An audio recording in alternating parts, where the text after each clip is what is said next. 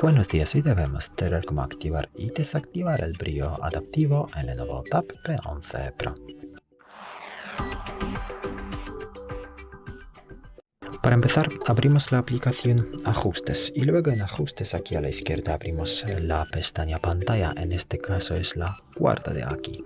Y bueno, aquí arriba podemos modificar el nivel de brillo manualmente y lo puedes hacer también desde el centro de control sin necesidad de acceder a Ajustes, entonces esta opción es súper fácil en este caso, pero si quieres que el dispositivo ajuste el brillo automáticamente, hay que activar esta opción. Se llama brillo adaptivo, entonces desde aquí en un clic puedes activar el brillo adaptivo como ves y bueno, desactivar esta opción si no es necesario usarla, como ves también de la misma manera. Y ya es todo.